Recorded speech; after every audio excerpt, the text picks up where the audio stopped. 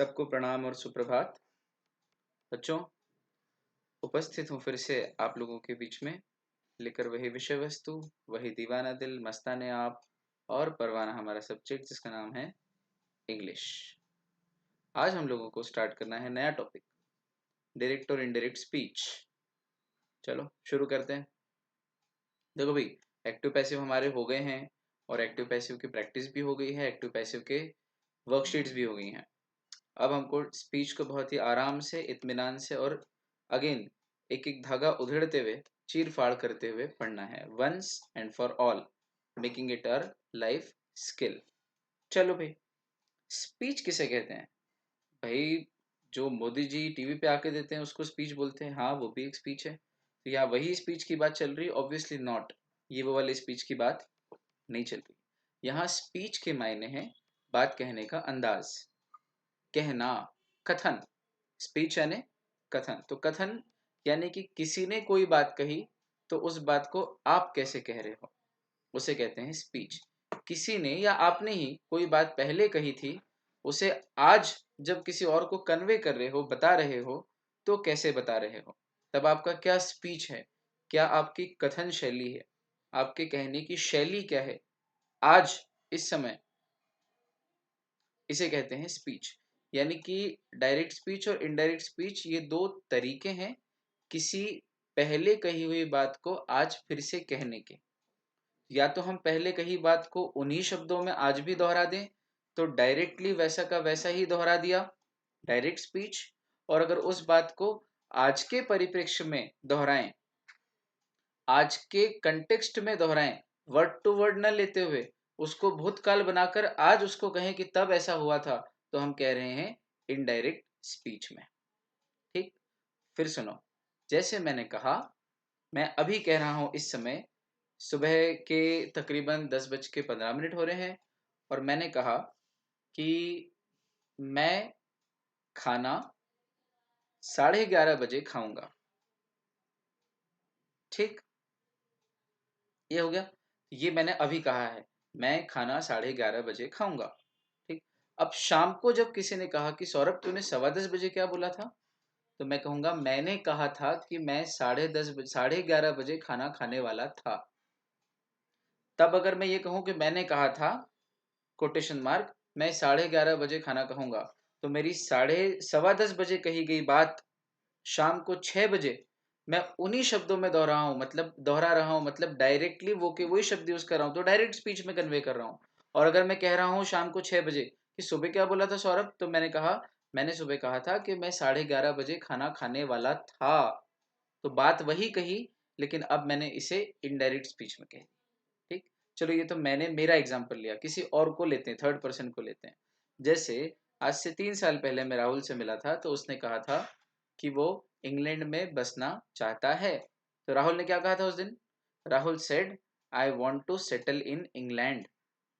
ये वर्ड राहुल के थे उस दिन। ठीक, राहुल ने क्या कहा था? I want to settle in England. आज 3 साल बाद जब मुझे अंकित मिला और बात बात में उसने कहा कि राहुल के क्या प्लान थे यार, मैंने कहा राहुल तो मुझसे 3 साल पहले मिला था और वो कह रहा था कि वो इंग्लैंड में बसना चाहता था। तो मैंने तब की कही हुई बात को आज जब किसी और को कहना हुई, तो उसको कथन शैली कौन सी ली? इनडायरेक्ट। और मैंने क्या कहा? राहुल ने कहा था कि वो इंग्लैंड में बसना चाहता था। पास्ट कर दिया इसको, हिंदी से इंग्लिश पे आऊंगा मैं, है ना? इसके अलावा और कोई तरीका ही नहीं है बेस्ट इनडायरेक्ट डायरेक्ट स्पीच की कंसेप्ट पढ़ने का, है ना? बाकी सब तो रूल रटाने वाली बातें और सिर्फ प्रैक्टिस है। यहाँ पर लॉजिक के साथ फिर हम रूल पढ़ेंगे, उसके बाद फिर प्रैक्टिस करेंगे। ठीक, जिसका कोई तोड़ नहीं पूरे विश्व में इस पद्धति का, है ना? Language learning is a science which only a few people know. चलो भाई, तो हिंदी में क्या बोला? ऐसा बोला। अब अगर मैं राहुल ने 3 साल पहले जो बात कही थी अंकित को, आज वो ऐसे कहूं कि राहुल ने मुझसे कहा था मैं इंग्लैंड में बसना चाहता हूं, I want to settle in England, तो क्या मैंने 3 साल पुरानी बात को वर्ड टू वर्ड राहुल के शब्दों में बोला? डायरेक्टली उठा लिए उसके शब्द, ऐसे कैसे? मतलब आज मैं कौन सी स्पीच में बोल रहा हूँ अंकित से? डायरेक्ट स्पीच में। और अगर मैंने कहा होता कि Rahul said to me that he wanted to settle in England, तो मैंने राहुल की बात को ऐसा कैसे ही नहीं उठाया, है ना? आई की जगह मैंने ही कर दिया कि वो, और चाहता हूं की जगह चाहता था कर दिया, यानी मैंने कौन सा स्पीच यूज किया? Indirect speech. मतलब मैं दोनों स्पीच यूज कर सकता हूँ, मेरे कन्वीनियंस पे है। हाँ, मैं चाहूँ तो डायरेक्ट स्पीच यूज करूँ, मैं चाहूँ तो इनडायरेक्ट स्पीच यूज करूँ। दोनों ही स्पीच अच्छे होते हैं, दोनों ही स्पीच के अपने अपने प्रेफरेंसेस हैं, फायदे हैं, यूजेस हैं, पर्पज हैं। कहीं डायरेक्ट स्पीच के ज़्यादा फायदे हैं, अच्छा लगता है, कहीं इनडायरेक्ट स्पीच काम आता है। और अलग अलग पैरेलल्स में, अलग अलग सर्कमस्टेंसेस में दोनों स्पीच का अपना अपना महत्व है। ठीक, चलिए, तो कही गई बात को बहुत सरल और संक्षेप में सुन लीजिए। वापस से लास्ट में सार कर देता हूँ इतना जो मैंने इंट्रोडक्शन दिया। पहला दिन किसी भी कंसेप्ट का होता है तो पहले उसको इंट्रोड्यूस करना चाहिए बच्चों के सामने। That's what I am doing. तो डायरेक्ट स्पीच किसे कहते हैं? वक्ता के कहे हुए शब्दों को उसी के शब्दों में दोहराकर किसी और को कहना, ये डायरेक्ट स्पीच है। और वक्ता के कहे हुए शब्दों को उसके शब्दों में न कहकर अपने शब्दों में कहना और सामने वाले को बताना, उसे इनडायरेक्ट स्पीच कहते हैं। ठीक, बहुत अच्छा। तो डायरेक्ट स्पीच में हम एग्जैक्ट रिपोर्टिंग करते हैं, यानी कि एज इफ वो चीज़ अभी हो रही है। जैसे राहुल ने मुझसे कहा था मैं इंग्लैंड में बसूंगा, तो ऐसा लग रहा है जैसे अभी बोल रहा है। इसलिए डायरेक्ट स्पीच का एक नाम रिपोर्टिंग स्पीच भी है। डायरेक्ट स्पीच का एक नाम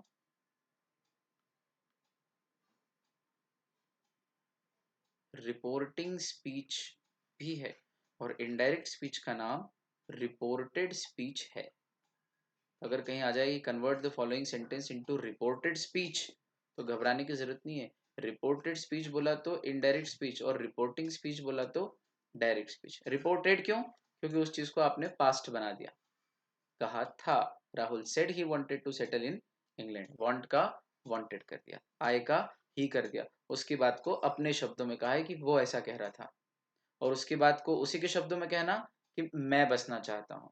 है ना? तो ये अंतर है डायरेक्ट और इनडायरेक्ट में। ये हिंदी का समझ में आया तो इंग्लिश का अपने आप आएगा जल्दी जल्दी। चलो भैया, अब आप मुझसे पूछो कि सर डायरेक्ट स्पीच का यूसेज कब है और इनडायरेक्ट स्पीच का यूसेज कब अच्छा लगता है। तो हमारे सामने स्क्रीन के ऊपर डायरेक्ट स्पीच के यूसेज और पर्पस यहाँ पर, और इनडायरेक्ट स्पीच के यूसेज और पर्पस दिए हुए हैं। पहले मीनिंग देख लें। डायरेक्ट स्पीच का मीनिंग क्या है? बोले reporting the actual word spoken by the speaker. Speaker यानी कहने वाले ने जो कहे थे उसके वर्ड्स को एक्चुअली वैसे के वैसे ही word to word directly report कर देना, कह देना, is known as direct speech. और इनडायरेक्ट स्पीच, स्पीकर ने जो कहा था उसके एग्जैक्ट वर्ड्स को कोट किए बगैर, without quoting the speaker's exact words, है ना, अपने शब्दों में कहना, is known as indirect speech. ठीक, बहुत अच्छा। चलो, अब आते हैं इनके यूसेज और पर्पजेस में। यहाँ पर चलो, पहला यूसेज, पहले अपन सारे डायरेक्ट स्पीच के देखते हैं, A B C D E F G. फिर अपन देखेंगे इनडायरेक्ट स्पीच के usages A B C D E F.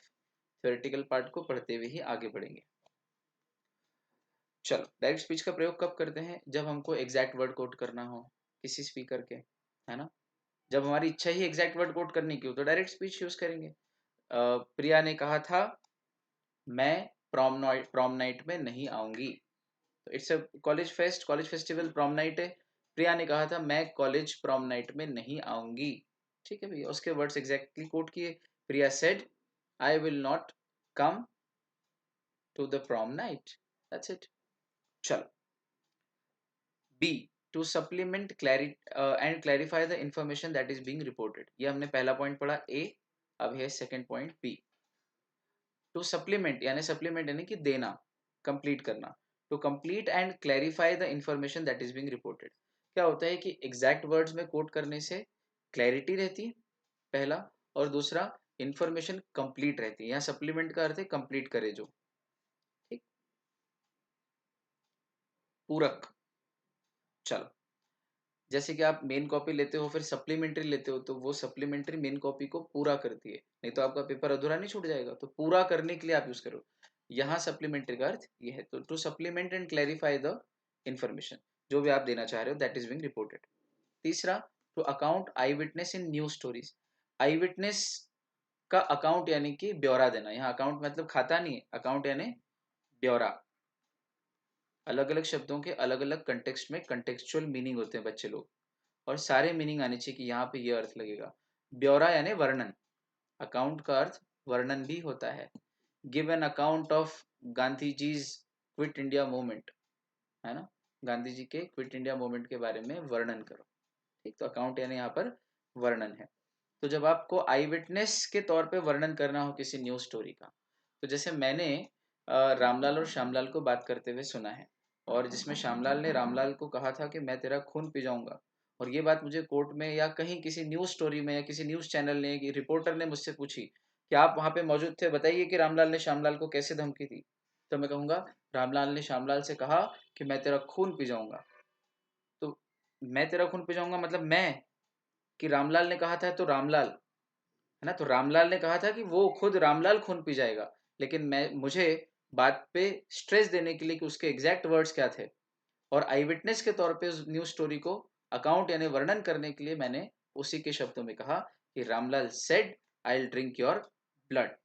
ठीक, अब हिंदी में कहावत है खून पी जाऊंगा मतलब मार डालूंगा, इंग्लिश में ड्रिंक योर ब्लड करके कुछ भी नहीं है, जस्ट अ फन थिंग। ठीक, आई विल किल यू ऐसा। चलो, तो to account eyewitnesses, logic पूरा है, बहुत पढ़े लिखे बच्चे हो आप और बहुत शार्प इंटेलेक्चुअल स्किल वाले हो, पढ़े लिखे हो मतलब हो जाओगे तो ये चीजें समझते हो, और 12वीं तक तो बहुत कुछ पढ़े हुए हैं वैसे भी। चलो, to insert the dialogues in narratives and stories defining characters, जब आप किसी भी स्टोरी में कैरेक्टर को डिफाइन करना चाहते हो, to insert dialogues in narratives and stories defining characters, तो कैरेक्टर्स को डिफाइन करने के लिए स्टोरीज में डायरेक्ट स्पीच का प्रयोग किया जाता है, नॉवेल्स में या स्टोरीज में। जैसे, and then Caesar said I believe in you Calpurnia, तब सीजर ने कहा कि मैं तुम पर विश्वास करता हूँ कलपुर्निया। तो अब ये जो सीजर ने कहा है, क्या ये सीजर का आई बिलीव इन यू कलपुर्निया, ये हमने वर्ड टू वर्ड सीजर के शब्दों में लिया है डायरेक्ट स्पीच, और कॉमा इन्वर्टेड कॉमा में, इसको ऐसा भी लिख सकते थे, and then Caesar said that he believed in Calpurnia, लेकिन मजा नहीं आता ना। सीजर के, जूलियस सीजर के कैरेक्टर को डिफाइन करने के लिए कि वो गलीबल था या नहीं, विश्वास करता था या नहीं अपने दोस्तों पर, ब्रूटस पर या कलपुर्निया पर, या वो कितना अच्छा था कितना बुरा था, इसके लिए जरूरी है कि इस स्टोरी में या नॉवेल में जो कैरेक्टर है उनको डिफाइन करने के लिए डायरेक्ट स्पीच का प्रयोग किया जाए। तो बड़ी स्टोरीज या नॉवेल्स में कई बार, नॉट ऑलवेज, कई बार डायरेक्ट स्पीच का प्रयोग किया जाता है, क्योंकि उनकी शब्द उन्हीं के शब्दों में लिखने से वर्ड टू वर्ड क्या होता है, वो कैरेक्टर डिफाइन होता है कि वो कैरेक्टर कैसा है। Readers can easily get a grip, readers can gel, gel यानी चिपक सकते हैं विद द कैरेक्टर इजीली, और उसी से तो नॉवेल सक्सेसफुल होता है ना। When you read Harry Potter, तो you will find a lot of direct speech sentences in Harry Potter, and then Harry said, "I love you, mom, dad," है ना, mama and dada। तो this is how it goes। तो to report, to insert dialogues, तो उसका dialogue है वो I love you, mom, dad, या I believe in you, Kalpurnia, तो insert dialogues in narratives and stories defining characters। फिर है पांचवा, चार पॉइंट्स पढ़े हमने डायरेक्ट स्पीच के यूसेज के, पांचवा है to report the most significant points that has been made in direct speech in minutes of meetings. Minutes of meetings क्या है, कंपनी की जो मीटिंग होती है, उन मीटिंग में जो कुछ भी बातचीत हुई है उसको रिकॉर्ड कर लिया जाता है, ताकि कल को अगर कोई डिस्प्यूट होती है कि मीटिंग में क्या डिसीजन लिया था, तो वो मिनट्स नाम का एक डॉक्यूमेंट, मिनट्स इज नथिंग, ये जो घड़ी के 15 मिनट 10 मिनट वाले मिनट, ये मिनट नहीं, मिनट्स यानी मीटिंग में क्या हुआ उसका पूरा हिसाब किताब, लेखा जोखा, ब्यौरा, वर्णन, अकाउंट। मीटिंग में क्या क्या हुआ वो आप शॉर्ट में लिख लेते हो, पास्ट टेंस में और इनडायरेक्ट स्पीच में। तो मीटिंग के मिनट्स हमारे कोर्स में है, हम ये जरूर पढ़ेंगे। मिनट्स यानी मीटिंग में क्या क्या हुआ इसको हम लिख लेते हैं और चेयरमैन की साइन करा लेते हैं, ऐसे सिग्नेचर, ताकि कल को कोई विवाद ना हो कि मीटिंग में क्या डिसीजन लिया, है ना। It's better to have things written down. देखो आप पार्टनरशिप एक्ट पढ़ते हो तो उसमें लिखा है कि having a partnership deed is not compulsory, but it is always advisable to have a partnership deed in writing and get it registered so as to avoid future disputes between the partners, है ना। और फिर unregistered partnership form के बहुत सारे नुकसान है under section 69। You must have read the effects of N unregistered partnership form, है ना। नुकसान ज़्यादा है, फ़ायदा तो कुछ है ही नहीं उसमें। चलो, तो चीज़ें हमेशा लिखित में हो तो बढ़िया रहता है। तो मीटिंग की क्या कर लेते हैं, मिनट्स बना लेते हैं कि return account of the meeting of the company. तो कंपनी की एनुअल जनरल मीटिंग या दूसरी दूसरी बोर्ड मीटिंग्स जो होती हैं, उनके जो मिनट्स होते हैं वो इनडायरेक्ट स्पीच में होते हैं। लेकिन अगर उसमें कोई बहुत महत्वपूर्ण बात बोली गई हो, मोस्ट सिग्निफिकेंट सिग्निफिकेंट पॉइंट बोला गया हो, उसको डायरेक्ट मिलेंगे। देखो ये ई पॉइंट जो डायरेक्ट स्पीच में है और ये ई पॉइंट जो इनडायरेक्ट स्पीच में है, क्या कॉमन है? Report of speeches during annual general meeting other meetings are noted in indirect speech. मतलब एनुअल जनरल मीटिंग में या अदर मीटिंग्स में जो स्पीच वगैरह दिए गए हैं उसकी जो रिपोर्ट बनती है वो इनडायरेक्ट स्पीच में बनती है। और यहाँ कह रहे हैं कि मिनट्स ऑफ मीटिंग, कंपनी के मिनट्स जो बनते हैं मीटिंग के, उसके जो सिग्निफिकेंट पॉइंट्स हैं वो डायरेक्ट स्पीच में बोले जाते हैं। मतलब अंतर ये है कि जनरली मिनट्स और रिपोर्टिंग, कंपनी की मीटिंग में क्या क्या हुआ इसकी रिपोर्टिंग कौन सी स्पीच में होती है, इनडायरेक्ट स्पीच में। पर कोई बहुत सिग्निफिकेंट इंपॉर्टेंट बात बोली गई हो तो वो डायरेक्ट स्पीच में लिखते हैं। जैसे कि and then the chairman said I hereby announce that the company is going to hire 10 lakh employees this year and we will be the biggest recruiter in the world। तो ये कुछ बहुत ही significant बात बोल दी ना, employment generation कर रहे हो आप, तो फिर इस पॉइंट को आप ऐसे कैसा डायरेक्ट स्पीच में लिख सकते हो। And I announce hereby, अच्छा इसको इनडायरेक्ट में लिखते तो and then the chairman announced that there will be 10 lakh new jobs created, इस टाइप से कुछ भी आप बनाते हैं, है ना। लेकिन डायरेक्ट स्पीच में लिखना है क्योंकि मोस्ट सिग्निफिकेंट बात है, महत्व देना है कॉमा इन्वर्टेड कॉमा के बाद।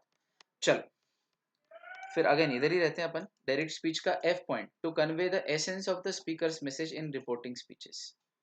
यानी डायरेक्ट स्पीच, जब हमको किसी स्पीकर के मैसेज का एसेंस देना हो, एसेंस यानी सार, जिस्ट, सेंट्रल आइडिया, तभी भी हम डायरेक्ट स्पीच का प्रयोग करते हैं। जैसे कि मोदी जी ने बहुत बड़ा भाषण दिया और उस पूरे भाषण में एक लाइन उन्होंने बड़ी महत्व की थी कि सौगंध मुझे इस मिट्टी की, मैं देश नहीं झुकने दूंगा, है ना। तो अब ये पूरे स्पीच का सार है, स्पीच तो 1 घंटे का था, लेकिन जब मुझे न्यूज़पेपर में छापनी है तो ये लाइन मैं मोदी जी के शब्दों में लिखूंगा। तब मैं ऐसा नहीं कहूंगा कि मोदी जी ने कहा था कि सौगंध उन्हें उस मिट्टी की कि वो देश नहीं झुकने देंगे, गलत लग रहा है ना। तो अब ये पूरे स्पीच का सार है, इसकी हेडिंग भी यही बनाऊंगा, मैं देश नहीं झुकने दूंगा dash dash dash, newspaper heading, है ना, मैं के सेंस में ना कि वो के सेंस में, डायरेक्ट स्पीच। और अंदर भी लिखूंगा और मोदी जी ने कल अपनी स्पीच में कहा कि और फिर कॉमा इन्वर्टेड कॉमा, सौगंध मुझे इस मिट्टी की, मैं देश नहीं झुकने दूंगा। तो इसमें जो महत्वपूर्ण बात आ जाती है जब आपको एसेंस, सार देना हो उस पूरे का, भले ही ठीक है वो रिपोर्ट कम से कम 20 25 50 लाइन की बनेगी, उसमें बहुत सारा इनडायरेक्ट स्पीच भी होगा, लेकिन जो लाइन एसेंस की होगी, सार की होगी, वो आप डायरेक्ट स्पीच में लिखोगे। तकरीबन ऊपर वाले पॉइंट से मिलता जुलता है ना, कि जब कोई मोस्ट सिग्निफिकेंट बात बोली गई हो या उस पूरे स्पीच का सार हो, वो भी सिग्निफिकेंट बात ही होती है सार। और फिर to write the script of plays and film, play यानी नाटक, ड्रामा। तो मूवी और प्ले की जो स्क्रिप्ट होती है वो डायरेक्ट स्पीच में ही लिखी जाती है और हर एक्टर को उसकी स्क्रिप्ट दे दी जाती है, ठीक। तो मान लो किसी सीरियल के, ड्रामा प्ले फिल्म सीरियल एक ही बात है, तो किसी सीरियल के कैरेक्टर को स्क्रिप्ट लिख के दी। मान लो अनुराग जो है प्रेरणा को प्रपोज करना चाहता है, तो आपने स्क्रिप्ट में लिखा अनुराग डैश डैश, मतलब अनुराग को ये बोलना है प्रेरणा क्या तुम मुझसे शादी करोगी। फिर प्रेरणा, उसमें प्रेरणा की लाइन है, प्रेरणा कहती है हाँ मैं तुमसे प्यार तो करती हूँ पर शादी के बारे में कभी सोचा नहीं, ठीक। अब ये स्क्रिप्ट लिखने वाले ने भी स्क्रिप्ट ऐसी ही लिखी है, तो अनुराग पढ़ के क्या बोलेगा, प्रेरणा क्या तुम मुझसे शादी करोगी। तो प्रेरणा कहेगी हाँ मैं तुमसे प्यार तो करती हूँ पर शादी के बारे में सोचा नहीं। थोड़ी देर के लिए इमेजिन करो इसको, अगर लिखने वाला स्क्रिप्ट राइटर बैठे बैठे अगर इनडायरेक्ट स्पीच में लिख देता, अनुराग बोलेगा प्रेरणा से कि क्या वो उससे शादी करेगी, तो प्रेरणा बोलेगी कि वो अनुराग से प्यार तो करती है, कि वो उससे प्यार तो करती है लेकिन उसने कभी शादी के बारे में नहीं सोचा। ऐसे लिख दे स्क्रिप्ट राइटर बैठे बैठे, है ना। और फिर उनको दे दे कि ये तुम्हारी स्क्रिप्ट है, तो अनुराग बोल देगा कि क्या वो उससे प्यार करती है? तो प्रेरणा बोलेगी हाँ, उसने इस बारे में, हाँ वो प्यार तो करती है लेकिन उसने इस बारे में कभी सोचा नहीं। तो प्रेरणा बोल रही है यार हाँ उसने इस बारे में क्या चल क्या रहा है, अजीब नहीं लगेगा? लॉजिक समझ में आया? एक एक पॉइंट जो लिखा है उसका लॉजिक दे रहा हूँ बना बना के एग्जाम्पल। तो स्क्रिप्ट तो आपको डायरेक्ट स्पीच में लिख के देना पड़ेगा ना, ताकि बोलने वाला मैं में ही बोले, है ना। मैं तुमसे ये चाहता हूँ तो भाई मैं तुमसे ये करना चाहता हूँ शादी, मैं तुमसे नहीं करना चाहता हूँ, मैं यहाँ जाना चाहता हूँ, मैं तुम्हारी प्रॉपर्टी हड़पना चाहता हूँ, मैं तीसरी शादी करना चाहती हूँ, है एकता कपूर, मैं इसमें 3 हीरो मरवा दूंगी इस सीरियल में, है ना। सेटायर पहुंच गया। चलो खैर, तो direct speech to write the script of plays and films. तो हमने ये ABCDEFG सातों पॉइंट डायरेक्ट स्पीच के यूसेज के पढ़े। और इसका एक example, Mister John said, comma, inverted comma में, यहाँ कॉमा नहीं लगाए, लगा लीजिएगा, comma, I bought you a cake for you, मैंने तुम्हारे लिए एक केक खरीदा, डायरेक्ट स्पीच में। ओह, इनडायरेक्ट स्पीच, इसका मीनिंग तो पढ़ चुके हैं, इसके यूसेज देखें ए से लेके एफ तक 6 पॉइंट्स। एक बात बताओ यार, क्या डायरेक्ट स्पीच और इनडायरेक्ट स्पीच दोनों में से कोई ऐसा है जो ज्यादा अच्छा है? जवाब आया नहीं। कहीं कहीं डायरेक्ट स्पीच का महत्व है, ये रहा, कहीं कहीं इनडायरेक्ट स्पीच का महत्व है, ये रहा। चलो, पहला, it is impossible and tiring, tiring यानी थकाने वाला, टायर, थकना, टायर्ड, थका हुआ। It is impossible and tiring to convey an entire conversation in direct speech to anyone, बहुत मुश्किल, इसलिए कई बार डायरेक्ट इनडायरेक्ट स्पीच का प्रयोग करना ही पड़ता है, करना ही चाहिए। क्यों? क्योंकि डायरेक्ट स्पीच का यूज करके पूरी कन्वर्जेशन सुनाना किसी को इम्पॉसिबल है। करके देख लो हिंदी में। फिर गौरव ने मुझसे कहा कि मैं ताश खेल रहा हूँ, फिर मैंने उससे कहा कि तुम कल क्यों नहीं आए? तो गौरव ने कहा मैं कल बिजी था, फिर मैंने कहा कि तुम कहाँ चले गए थे? तो गौरव ने कहा कि मैं अपने दोस्त से मिलने चला गया था। ऑकवर्ड नहीं लग रहा है? ये पूरा कन्वर्जेशन कल मेरे और गौरव के बीच में हुआ था, जो मैं आज आपको सुना रहा हूँ, और बिल्कुल उन्हीं वर्ड्स में सुना रहा हूँ। इम्पॉसिबल है बहुत, और थकाऊ है बार बार ऐसा बोलना। कितना आसान है। फिर मैंने गौरव से कहा कि तुम ताश खेल रहे थे? गौरव ने कहा हाँ। मैंने कहा कल क्यों नहीं आया? तो बोले यार तो उसने कहा कि वो कल बिजी था। तो उसने कहा कि वो कल बिजी था, तब गौरव ने कहा कि मैं कल बिजी था, डायरेक्ट स्पीच। तब उसने कहा कि वो कल बिजी था, इनडायरेक्ट स्पीच। है ना, कितना इजी हो गया, बोलने में भी इजी हो गया, थकान भी कम आती है, और फ्री फ्लोइंगली बोला जाता है। इसलिए इनडायरेक्ट स्पीच का प्रयोग तो करना ही पड़ता है कई जगहों पर, ठीक, बड़े कॉन्वर्जेशन को पूरा नरेट करने के लिए। अगला, to avoid lengthy and confusing documentation, बार बार मैं कंफ्यूज हो जाएगा ना, हर बार उसके शब्दों में जब करेंगे हम तो आए आएगा हर बार, तो फिर कंफ्यूजन ये हो सकता है कि भाई आए मतलब तू बोल रहा है कि उसने बोला था, ठीक। दूसरा, लेंदी हो जाता है, क्यों? क्योंकि बार बार कॉमा लगाओ इन्वर्टेड कॉमा में, फिर उसके कॉन्वर्जेशन को पूरा वर्ड टू वर्ड लिखो। तो डायरेक्ट स्पीच लंबा होता है, इनडायरेक्ट स्पीच छोटा होता है। जैसे कि डायरेक्ट स्पीच में लिखना पड़ता है ही सेड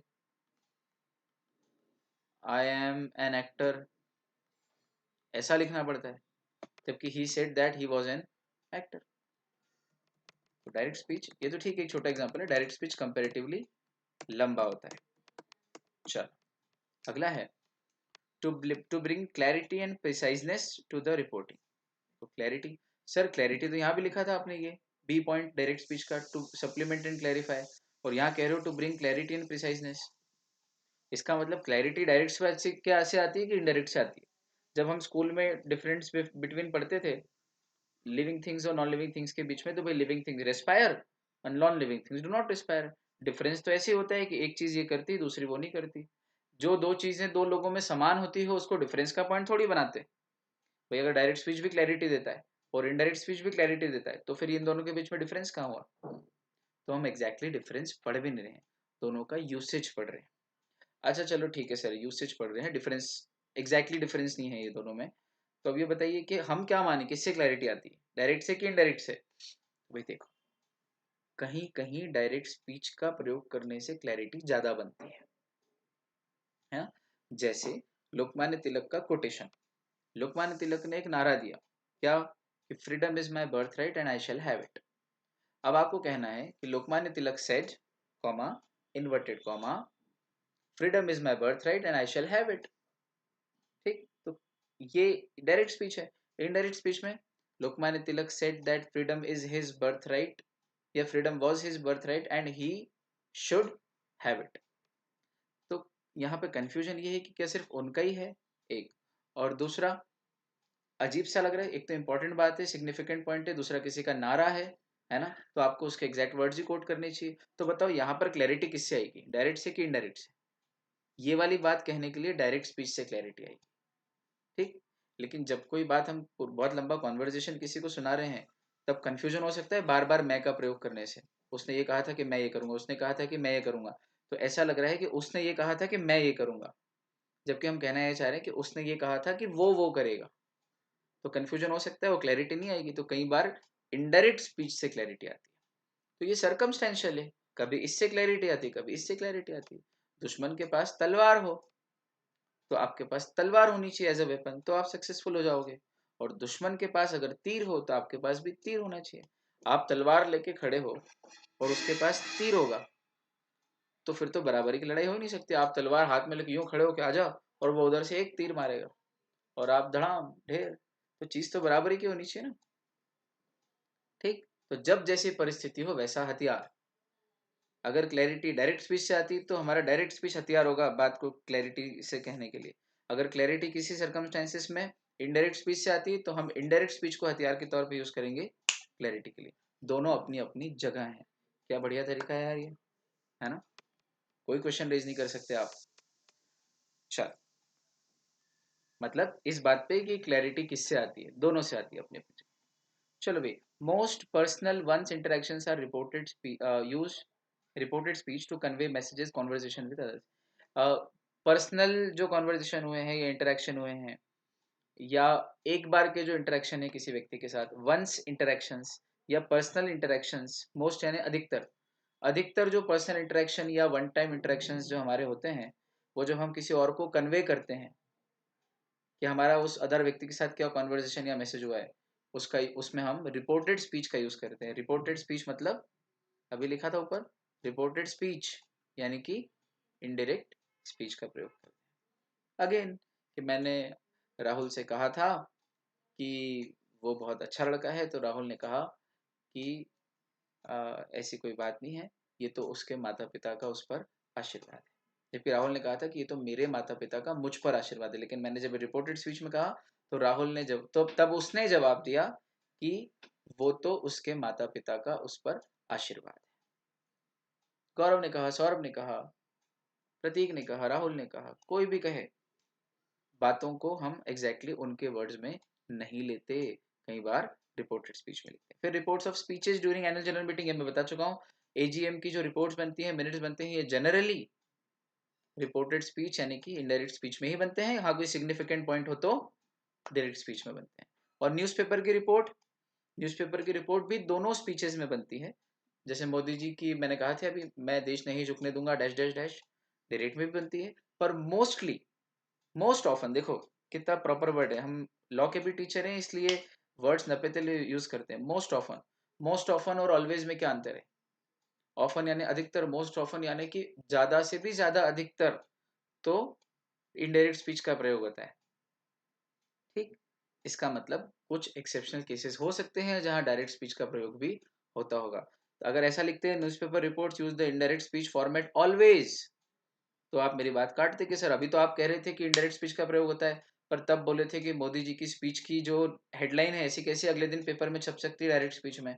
तो आप ये तो दो बात करते हो, लेकिन दो बात नहीं करते। बहुत लॉजिकल लोग हैं अपन, इंटेलेक्चुअली बहुत शार्प है ना यार आप और मैं। आगे बात समझ। तो newspaper reports most often, mostly indirect speech में होती है, एट टाइम्स डायरेक्ट स्पीच में होती है। यानी कि अब आपको ये डिफरेंस करने के बाद ये समझ में आया होगा, दोनों को पढ़ लेने के बाद, कि ये दोनों ही महत्व के हैं, दोनों का ही अपना अपना सर्कमस्टेंशियल महत्व है। जब जो जहां अच्छा लगे वहां उस स्पीच का प्रयोग करना चाहिए। पर हमको ये आगे काम आएगा लाइफ में, अभी तो हमको रूल्स पढ़ने हैं। पर ये जो हमने पढ़ा डायरेक्ट इनडायरेक्ट स्पीच, अब जो आगे हम रूल्स पढ़ेंगे और इसकी प्रैक्टिस करेंगे, और फिर जब हम सीख जाएंगे दोनों ही डायरेक्ट और इनडायरेक्ट, तब कब कौन सा यूज करना, ये कला हमारे हाथ में होनी चाहिए, ठीक।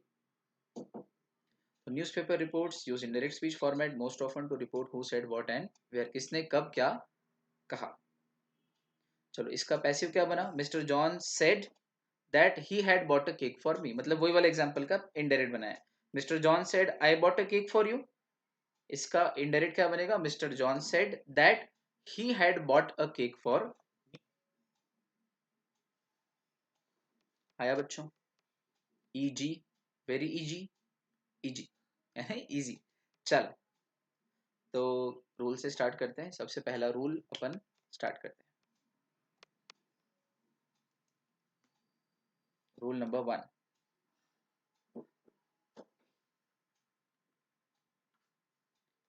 हेडिंग दे देंगे इसको, conversion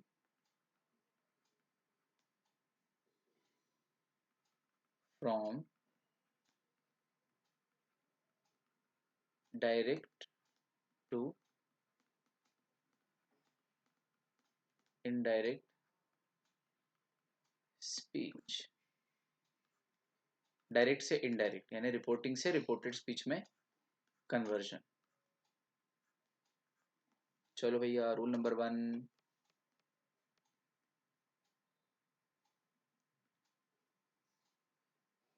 remove the comma and quotation marks.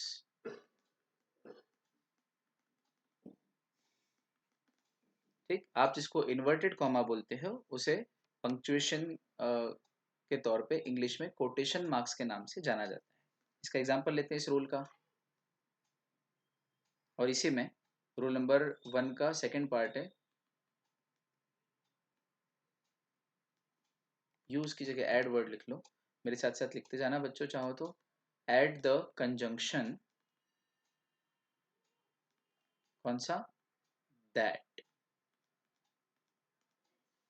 That नाम का कंजंक्शन ऐड करना है। देखो कैसे।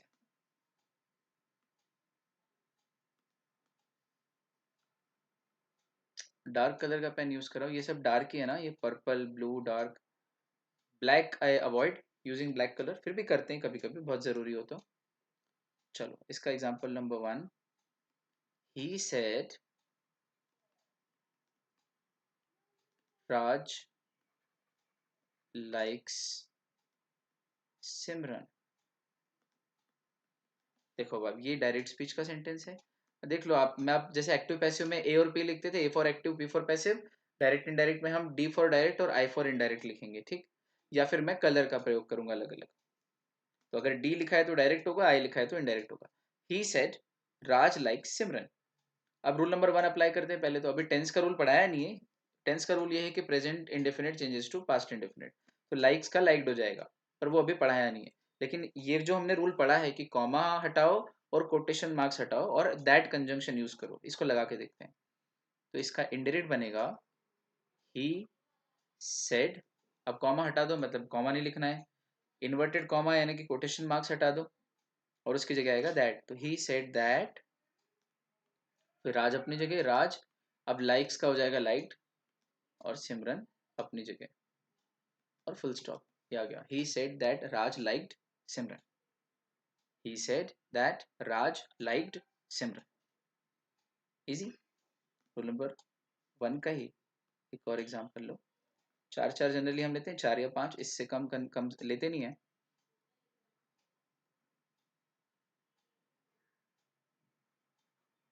पूजा सेड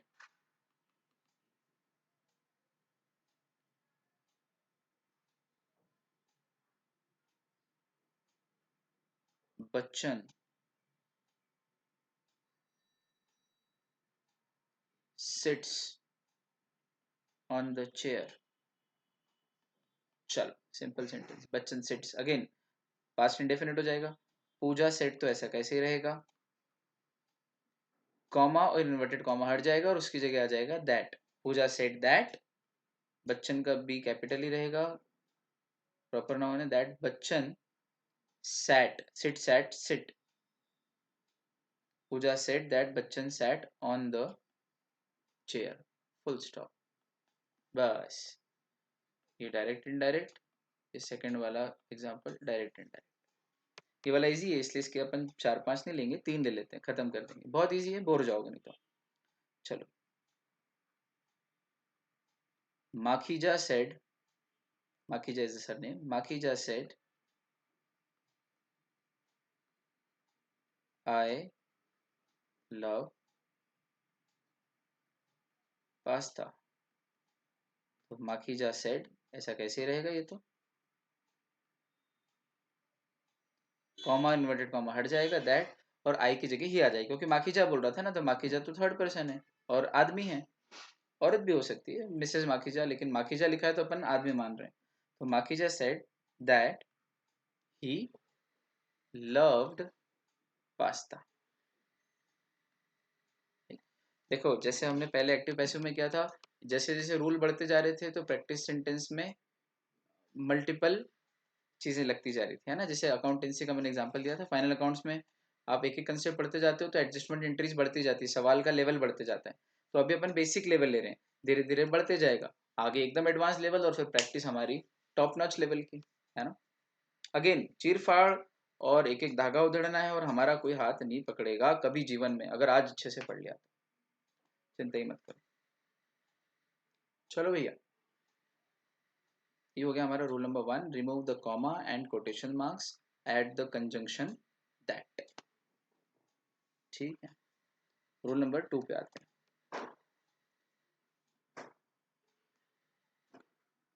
रूल नंबर 2 बहुत बड़ा है और इसका नाम है change of tenses. Change of tenses. कितने टेंस होते हैं? प्रेजेंट, पास्ट, फ्यूचर, और प्रेजेंट के 4 होते हैं, पास्ट के 4, फ्यूचर के 4। कौन से 4? इंडेफिनिट, कंटिन्यूस, परफेक्ट और परफेक्ट कंटिन्यूस। वो प्रेजेंट के भी, पास्ट के भी, फ्यूचर के भी। तो कुल कितने हो गए? 12। पर यहाँ 12 टेंसेस का चेंज नहीं होता, ठीक। और ज़रूरत भी नहीं है, कुल हम 10 पढ़ लेंगे, उसमें काम हो जाएगा। प्रेजेंट के 4, पास्ट के 4 और फ्यूचर के 2। ठीक, फ्यूचर के 2। चलो, अब देखो, सबसे पहले लेते हैं प्रेजेंट टेंस। अच्छा, यहाँ वर्ब स्ट्रक्चर नहीं पढ़ना है ना, वर्ब स्ट्रक्चर पढ़ा दिया मैंने, टेंस नहीं पढ़ाता, सुनना ध्यान से। टेंस नहीं पढ़ाता तो आज अपनी फाइल निपटी हुई रहती, गारंटीड मेरी। मतलब हमने एक बहुत ही उम्दा किस्म का काम किया है टेंस पढ़ के। प्रेजेंट टेंस, प्रेजेंट टेंस के 4 हैं। Present indefinite,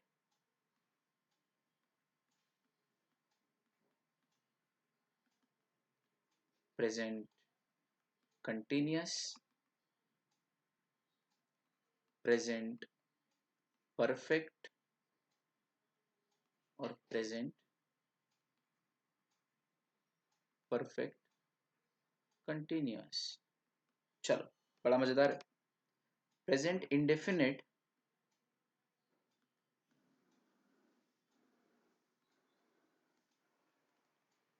changes to, changes to, मेरे साथ साथ लिख लेना चाहो तो, चेंजेस टू। जानबूझ के मैंने बोल्ड करे ये अक्षर, कैपिटलाइज, चेंजेस टू।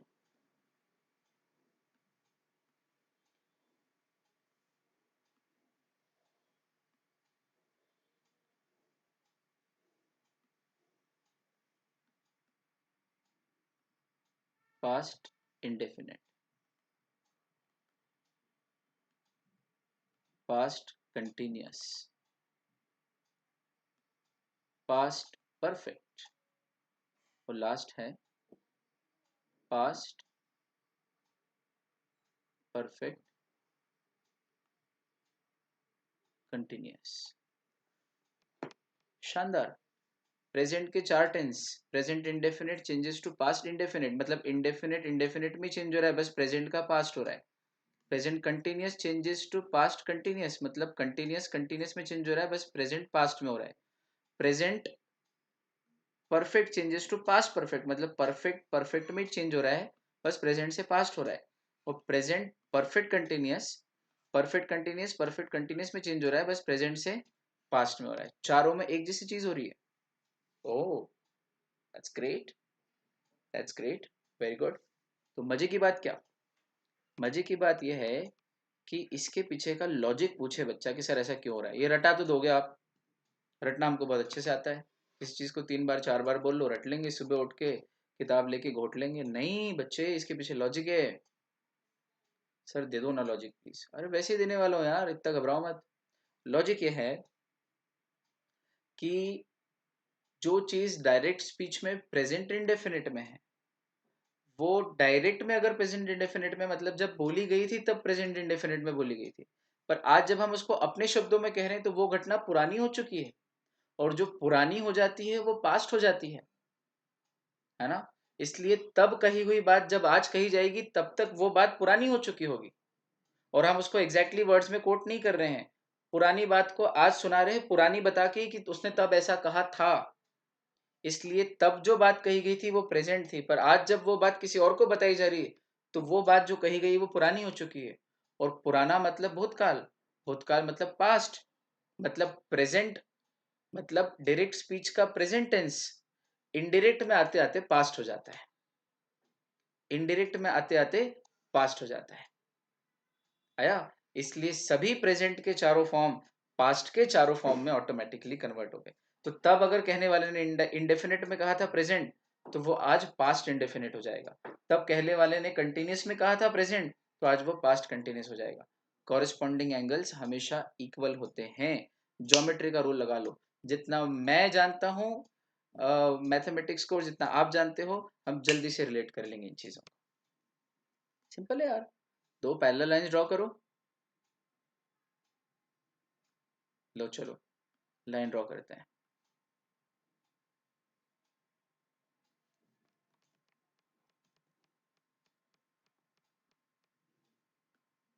लो जी, ये दो पैरेलल लाइंस है। अब एक ट्रांसवर्सल खींचते हैं। हाँ भाई, अब देखना हो, सिंपल लॉजिक। ये लाइन है प्रेजेंट की, ये लाइन है पास्ट की, और ये लाइन है इनडायरेक्ट स्पीच की जो इनको काट रही है। इंग्लिश को ज्योमेट्री के लॉजिक से दुनिया में पहली बार पढ़ रहे हो आप। लिखा लेना मुझसे और यूट्यूब ढूंढ लेना, मिल जाए तो वापस आ जाना और छाती फुला के बैठ जाना पढ़ने की, यार हम कुछ पढ़ रहे हैं। आया समझ।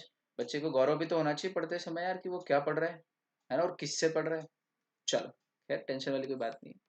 तो इनडायरेक्ट स्पीच, तो इनडायरेक्ट स्पीच जब घुस जाता है तो प्रेजेंट और पास्ट बराबर हो जाते हैं। सिंपल लॉजिक है ना, तो कहीं लिखा हुआ नहीं मिलेगा, ये अपना सिर्फ कंसेप्ट बिल्डिंग का लॉजिक है। तो प्रेजेंट और पास्ट बराबर, ये देखो, ये दोनों बराबर एंगल होंगे कॉरेस्पॉन्डिंग। ये वाला एंगल और ये वाला एंगल बराबर होगा। ये वाला एंगल, मैं बढ़ते जा रहा हूँ है ना, वैसे वैसे देखते जाना, ये वाला एंगल और ये वाला एंगल बराबर होगा, और लास्ट ये वाला और ये वाला एंगल बराबर होगा। सारे कॉरेस्पॉन्डिंग एंगल बराबर होंगे। तो बस ये पास्ट की, ये प्रेजेंट की लाइन का indefinite continuous perfect, perfect continuous. तो प्रेजेंट का इंडेफिनिट पास्ट के इंडेफिनिट के बराबर हो जाएगा, प्रेजेंट का कंटिन्यूअस पास्ट के कंटिन्यूअस के बराबर हो जाएगा, प्रेजेंट का परफेक्ट पास्ट के परफेक्ट के बराबर हो जाएगा, प्रेजेंट का परफेक्ट कंटिन्यूअस पास्ट के परफेक्ट कंटिन्यूअस के बराबर हो जाएगा। थोड़ा छोटा हो गया है ना, पास पास में बन गया, लेकिन ये वैसे भी आपको लिखना नहीं है ना, समझना था। मैंने बोला आप सिर्फ स्क्रीन पे थोड़ा सा देख लोगे तो भी समझ में आ जाएगा ना, वैसे भी ये एग्जाम में लिखने की कंसेप्ट तो है नहीं, लेकिन लॉजिक बिल्डिंग के लिए अच्छी है यार, है ना। तो जो प्रेजेंट है वो पास्ट के इक्विवेलेंट है इनडायरेक्ट स्पीच में, इसलिए डायरेक्ट स्पीच का प्रेजेंट टेंस में बोला हुआ सब कुछ पास्ट टेंस के कॉरेस्पॉन्डिंग में कन्वर्ट हो जाएगा। कॉरेस्पॉन्डिंग में मतलब indefinite to indefinite, continuous to continuous, present to perfect to perfect, और perfect continuous to perfect continuous. बस ये है कि सारे प्रेजेंट पास्ट हो जाएंगे, सारे प्रेजेंट पास्ट हो जाएंगे, सारे प्रेजेंट पास्ट हो जाएंगे, सारे प्रेजेंट पास्ट हो जाएंगे, कंप्लीट लॉजिक के साथ। ठीक है बच्चों, दो रूल में, रूल नंबर 1 और रूल नंबर 2 तो स्टार्ट ही हुआ है अभी, फिर इसके बाद पास्ट टेंस भी लेना है और फ्यूचर के भी दो लेना है। प्रेजेंट के 4, पास्ट के 4, और फ्यूचर के 2, तो होते तो 12 हैं लेकिन हम लेंगे 10। इसको ऐसे लिखेंगे 10/12। ठीक है कोई बात नहीं। चलो समझ रहे हो आप। अब एग्जाम्पल ले लेते हैं। मैं एक काम करता हूँ, मैं दो दो एग्जाम्पल चारों के देता हूँ और उसके बाद आपको तीन एग्जाम्पल खुद से करने के देता हूँ।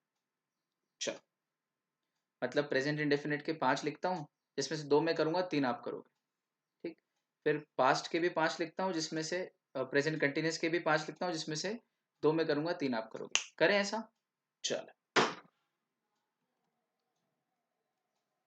Example.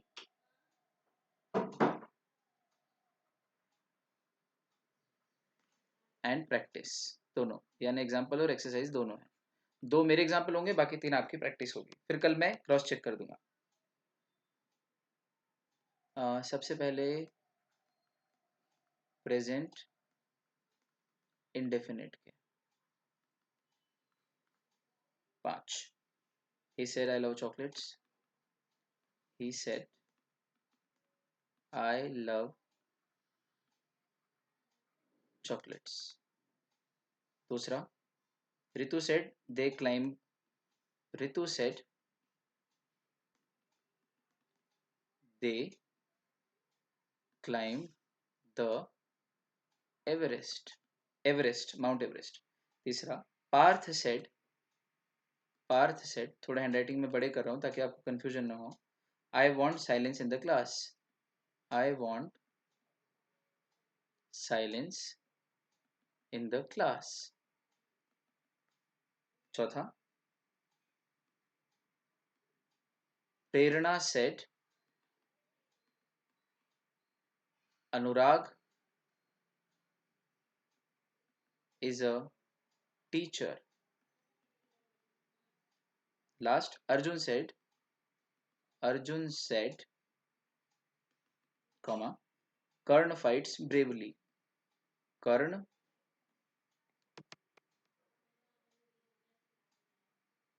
fights bravely.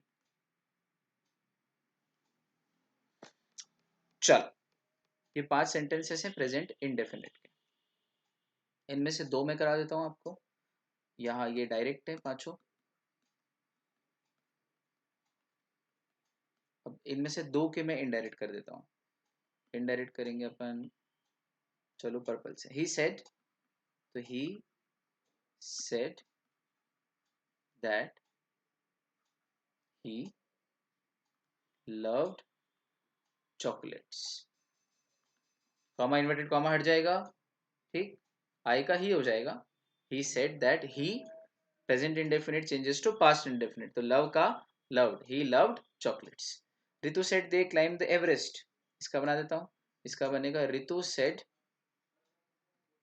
That they, climb का क्लाइम्ड हो जाएगा, क्लाइम्ड द एवरेस्ट। एवरेस्ट का ई यहाँ पे भी कैपिटल लिखिएगा। चलो, प्रॉपर नाउन है। तो ये हो गया पहला, ये हो गया दूसरा, तीसरा, चौथा, पांचवा आपका होमवर्क है। कॉपी में लिखो अभी हाल फटाफट, स्क्रीनशॉट लो या फिर, और लिखना फिर बाद में कॉपी में। प्रेजेंट इंडेफिनिट टेंस, ठीक, तो present indefinite changes to past indefinite, ये इनडायरेक्ट दोनों। बाकी 3 आपके होमवर्क लिख लिए बच्चों। चलो, अगला लेते हैं। अगला टेंस है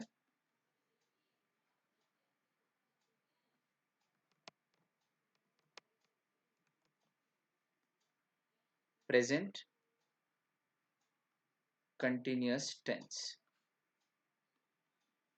इसके 5।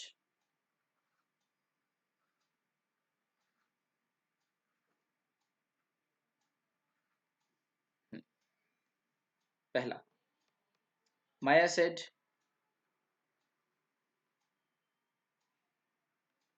Common word comma, Mohini is managing the company. Managing the company, short में लिख रहा हूं, आप पूरा लिखिएगा। Pooja said Preet is preparing for prayers, for the prayer, ठीक है। आस्था said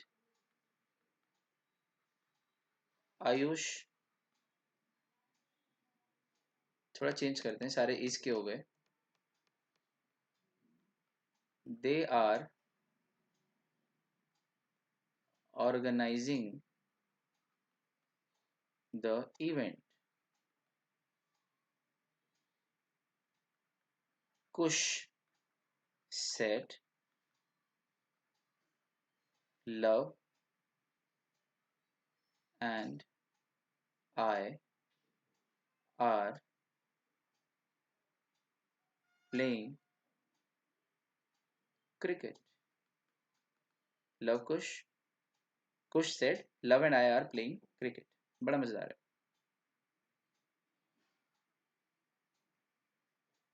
Mukesh said Ambani is earning huge money. मैं मुंह से बोल भी रहा हूँ तो आपको समझ में नहीं आया, नीचे जो लिखते हैं ना तो थोड़ी सी हैंडराइटिंग ज़्यादा ही बिगड़ जाती है, बिगड़ी हुई में भी और बिगड़ जाती है। तो Mukesh said Ambani is earning huge money.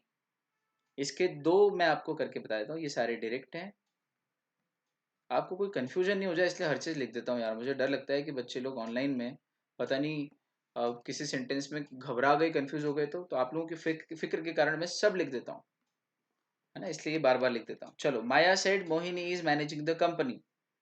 इसका बनेगा पास्ट इंडेफिनिट, पास्ट कंटिन्यूस में चेंज हो जाएगा, present continuous changes to past continuous, तो बनेगा माया said.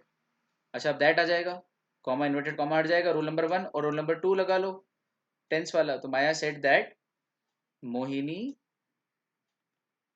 was managing the company. ये इनडायरेक्ट स्पीच। अगला, अगला मैं ये वाला करता हूँ, कोई से भी दो, चलो यही कर देता हूँ।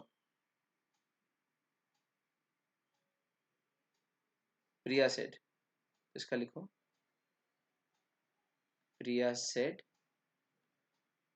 That Preet was preparing for the prayer। Indirect speech. बस, बाकी तीन आपको खुद से करके लाने हैं। Easy. Present indefinite, past indefinite, present continuous, past continuous. चलो बच्चों, अब बाकी का होमवर्क कल देता हूँ, आज के लिए इतना ही काफ़ी मेरे हिसाब से। दो तीन, क्या बोलते हो, या एक काम करो, बचे हुए दो टेंस के भी दे ही देता हूँ, दैट विल बी बेटर। चलो लिख ही लो यार, प्रेजेंट परफेक्ट, फटाफट फटाफट लिखना फिर बच्चों, पहला, दूसरा, तीसरा, चौथा, पांचवा, इसके 5 देता हूँ फटाफट से। Raja said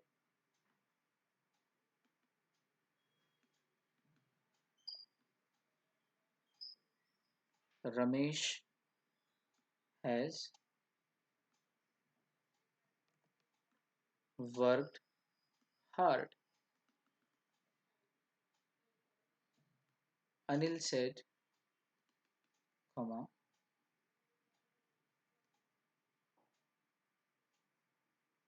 Tania has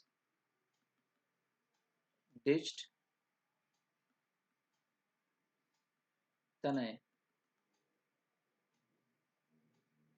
Payal said they have come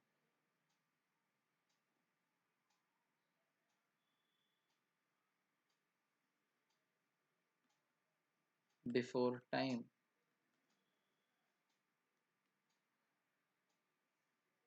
Mudit said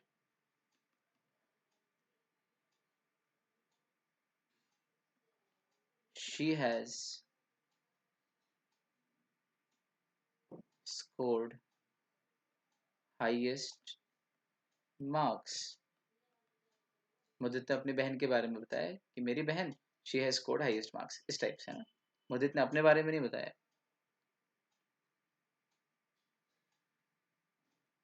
Rao said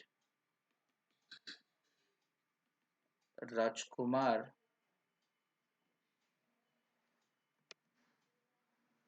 has acted in trapped. Rao said Rajkumar has acted in trapped. चल, इसके दो का आंसर मुझे देना है आपको। पहले दो का देते हैं। Raja said Ramesh has worked hard, इसका क्या बनेगा? इसका बनेगा Raja said that Ramesh, present perfect changes to past perfect, तो Raja said that, comma inverted comma हट जाएगा। Raja said that Ramesh had worked hard. Perfect, ये indirect speech. Second, Anil said Tania has ditched Tanay, ditch कर दिया है ना, छोड़ दिया है। इसका बनेगा Anil said that, comma inverted comma हट जाएगा, हैज की जगह हैड आ जाएगा, पास्ट परफेक्ट में चेंज हो जाएगा। Anil said that Tania had ditched तनय। ये दो मैंने बना दिए। अब तीसरा, चौथा और पांचवा हमेशा की तरह जो मैंने होमवर्क आपको बोल ही रखा है, आज जो दे रहा हूं करना है। ठीक, बहुत अच्छा। 4, last tense present perfect continuous.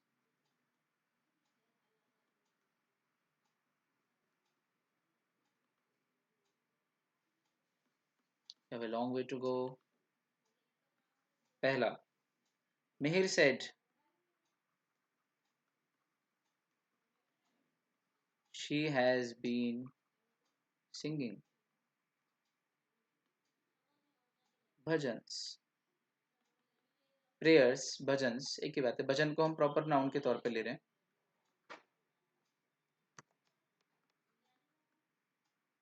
Ashima said you have been laughing at him.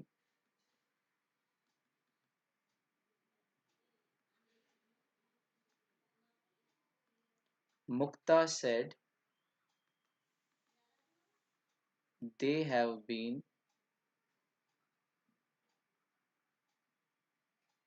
searching, search ढूंढना खोजना, they have been searching for Raj, वो राज को ढूंढ रहे हैं, कब से खोज रहे हैं। चौथा, आनंद said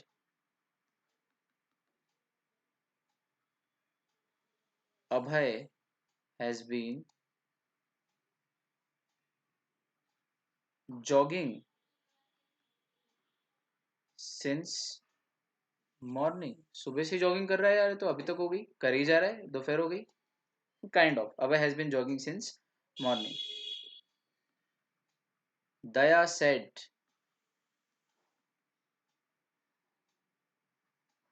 Abhijit has been catching the thief. CID वाले अभिजीत और दया, तो Daya said Abhijeet has been catching the thief. थोड़ी मेहनत मुझे भी लग रही है करने को, इतना सारा लिख रहे हैं फिर इसके बना रहे हैं, लेकिन ये मेहनत मेरी और आपकी मिलके रंग लाएगी बच्चों। आज का कोटेशन छोटा सा, नो मोटिवेशन ओनली कोटेशन, बढ़िया वाला, पसंद आए तो रखना, नहीं तो मुझे वापस दे देना। वो ये है कि मेहनत रंग लाएगी, चाहे मेहंदी रंग लाए या ना लाए। नॉर्मली इट इज सेड कि अगर आपसे कोई प्यार करता है तो आपके हाथ की मेहंदी रंग लाएगी।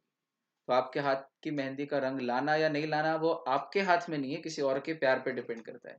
पर आपकी मेहनत का रंग लाना प्योरली आपके हाथ में। तो it's better to do things and give good result and get good results for those things which are controllable, which are in our hands. मेहनत हमारे हाथ में है, आप भी कर रहे हो, मैं भी करता हूँ, खूब मेहनत, टैलेंट पूरा हो, नॉलेज पूरा हो, कंटेंट पूरा हो और आदमी मेहनती भी हो, तो यार ये तो डेडली और रेयर कॉम्बिनेशन होता है ना।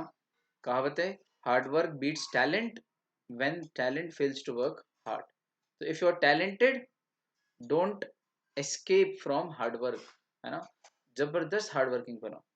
चलो खैर, अगेन छोटी सी बात थी, ये टीचर की सीख रहती है जो देते रहते हैं। Mihir said she has been singing bhajan, सब कितना इजी है ये, इसका ये सारे डायरेक्ट हैं, नो कंफ्यूजन अगेन। ये भी सारे डायरेक्ट थे ब्लू वाले, और ये इनडायरेक्ट थे। चलो इधर के दो कर देता हूं मैं। मिहिर सेड, इसका बनेगा Mihir said comma inverted comma हट जाएगा, दैट लग जाएगा rule number 1। Meer said that she has been का हैड बीन हो जाएगा बस, she had been singing bhajan. Sir अब हमको आ गया है, आपने टेंस पढ़ाए थे इसलिए ये चीज ईजी हो गई है। Ashima said you have been laughing at him, तो Ashima said that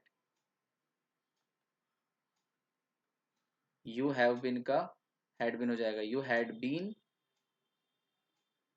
laughing at him. ये हो गए दो इनडायरेक्ट बच्चों, थोड़ी सी जगह कम है। कभी कभी मैं कोशिश करता हूँ बड़ा लिखने की, कभी कभी थोड़ा सा ध्यान दे के देख लेना, ठीक, जब ऐसा लगे तो। चलो भाई, बहुत ही प्रेम से आपने सुना। आप लोगों को प्रेजेंट टेंस के इंडेफिनिट, कंटिन्यूस, परफेक्ट और परफेक्ट कंटिन्यूस तीनों के तीन तीन सेंटेंसेस होमवर्क है, यानी कि ऑल इन ऑल 12 सेंटेंसेस का आज आपका होमवर्क है, और ये आपको हर हाल में करने हैं। चेक करने कौन आएगा? चेक करने मैं आऊँगा आपके घर। कैसे आऊँगा? बस समझ लो आऊँगा, ईश्वर के रूप में टीचर आएगा। मैं तो ईश्वर नहीं हूँ, लेकिन मैं ईश्वर से कहूँगा तो ईश्वर आके देखेगा। आपकी मेहनत जब नजर आएगी तो ईश्वर प्रसन्न होगा, ईश्वर प्रसन्न होगा तो यूनिवर्स हमारे साथ कॉन्स्पिरेसी करेगा, हमारे लिए कॉन्स्पिरेसी करेगा, और हमारे लिए सक्सेस खोजने निकल पड़ेगा। आप लोगों ने बहुत प्रेम से सुना बच्चों, अनुग्रहित हूँ। अगली मुलाकात करते हैं कल, तब तक के लिए bye bye, take care and keep smiling. Thank you so much.